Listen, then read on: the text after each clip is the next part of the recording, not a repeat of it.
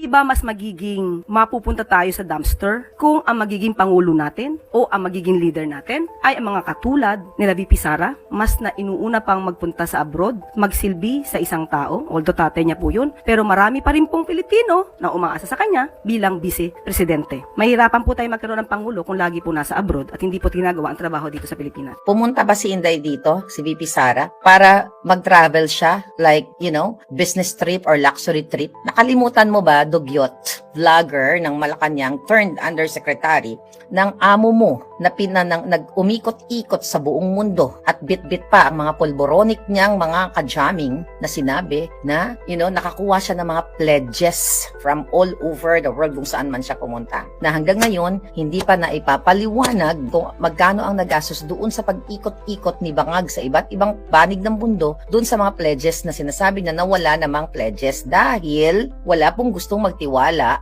kung meron man kakarampot na ibang lahi na mag-invest sa Pilipinas dahil nagbalikan na ang extortion mismo galing sa gobyerno ni Bangag.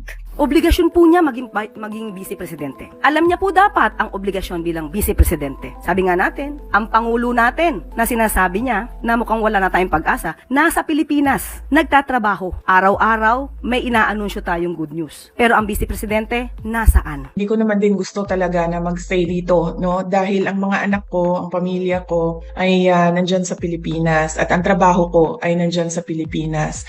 Pero as Vice President, may duty din ako sa isang kababayan natin, isang Filipino citizen who is held against his will dito sa ICC Detention Center. So, wag na nating isipin na tatay ko siya. Isipin na lang natin na Vice President ako at gumagawa ako ng paraan kung paano maibalik natin ang isang Filipino citizen sa ating bayan. Multitasking ako. Nandito ako as Vice President, ginagawa ng paraan paano maibalik ang ating dating Pangulo sa ating bayan.